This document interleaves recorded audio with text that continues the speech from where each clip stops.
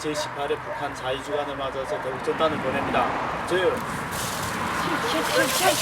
지난 6일 경찰이 대북전단을 살포했다고 밝힌 박상학 자유북한운동연합 대표 사무실을 압수수색하는 등 강제 수사에 착수했습니다. 서울경찰청 안보수사관은 이날 압수수색을 진행하며 신속하고 엄정하게 수사하겠다고 밝혔습니다.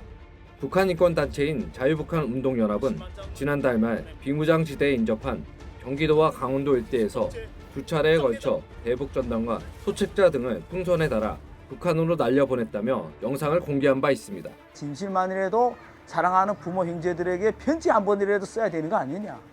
이게 우리 대북 전단이거든. 진실만이라도 말하는 게 우리의 사명이고 의무이고 양심이기 때문에 하는 거지.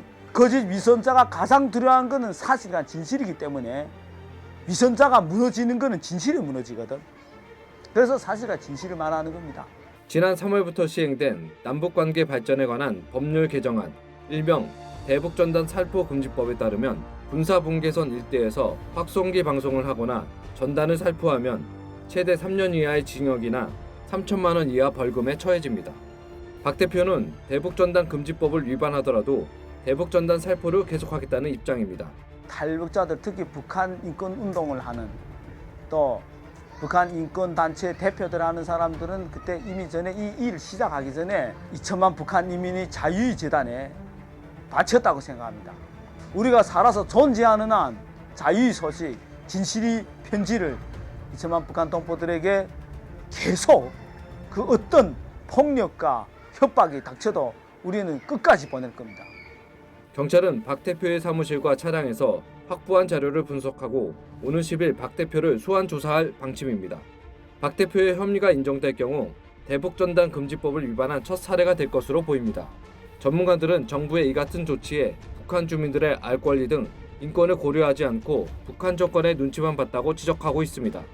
통일연구원 원장을 지낸 원양대학교 군사학과 김태우 교수는 한국 정부와 북한과의 관계에서 보이지 않는 수직적인 서열이 생겼다고 진단했습니다. 북한의 김여정 부위원장이 반발을 하니까 이제 금방 만들었고 이제 그런 차원인데 많은 전문가들이 그래서 남북 정부 간 수직적 서열이 이루어졌다 이렇게 보는 이유가 이제 그런 것이죠.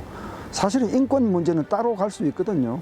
인권은 인류 보편적 가치이기 때문에 이건 우리 어길 수 없다. 이런 기조를 고수해서 가면 되는 건데 북한이 요구하면 우리가 깜짝 놀라는 자세를 계속 취해 주었기 때문에 북한의 요구는 계속 높아지는 것이거든요. 그래서 사실 이 남북 정부 간의 관계가 이상하다. 이거는 주권국가 대 주권국가의 관계가 아니다.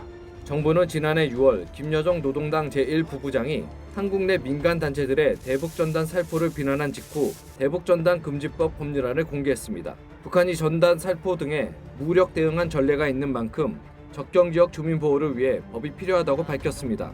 김 교수는 바이든 행정부가 인권 문제에 있어 전임 정부들보다 더 단호해 이런 입장이 북한에도 똑같이 적용될 것이라며 한국 정부는 현명하게 대처해야 한다고 말했습니다. 우리가 북한과 중국에 대해서 지나치게 수용적인 자세를 취해왔기 때문에 오히려 북한과 중국이 우리한테 하는 요구의 수위가 더 높아진 측면이 있습니다. 이것은 결코 주변국을 효율적으로 현명하게 다루는 방법은 아닐 것입니다. 바이든 정부의 중요한 아젠다거든요, 인권이. 문재인 정부 임기가 1년밖에 안 남았기 때문에 미국으로서는 다음 정부를 기대하며 지켜볼 겁니다, 기본적으로는. 그러나 다음 정부에서도 지금 같은 인권 기조를 가면 한미 간에 크게 부닥칠 겁니다. 그 충돌이 크게 일어날 겁니다. 한편 국제사회에서는 정부가 시행한 대북전단 금지법에 대한 비판의 목소리를 높이고 있습니다. 지난달 15일 미국에서 열린 화상청문회에서 연방 의원들은 한국의 대북전단 금지법이 표현의 자유를 침해하고 북한 주민의 정보 접근을 제한한다고 비판했습니다. NTD 뉴스였습니다.